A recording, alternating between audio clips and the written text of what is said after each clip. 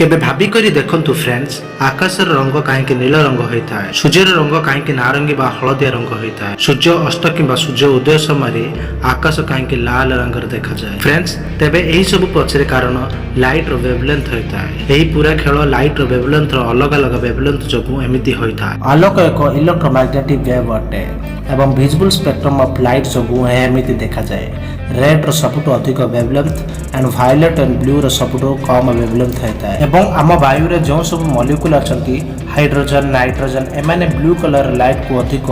reflect करती से साधारणतः आकाश रंग नील रंग देखा जाए कहीं सूर्य ठार आसुवा आलोक सबु रंगर मिश्रण अटे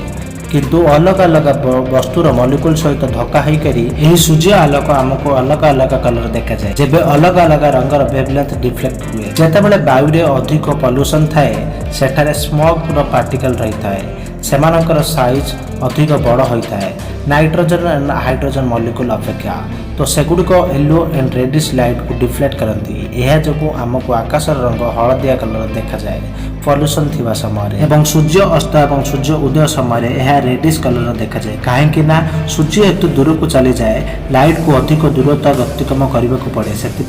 रेड कलर वेवलेंथ सबुठार अधिक अटे और अन्य सब कलर डिफ्लेक्ट हो जाती किंतु रेड कलर ही आम पाखक पहुंची पारे फ्रेंड्स केवल यही कारण जो ट्रैफिक लाइट भी रेड कलर होता है एवं रेड कलर डेंजर कारण भाव में व्यवहार कराए कहीं फॉग हो कि धुआं हो रेड कलर अन्य कलर ठार सबुठ अधिक दूर को गति कर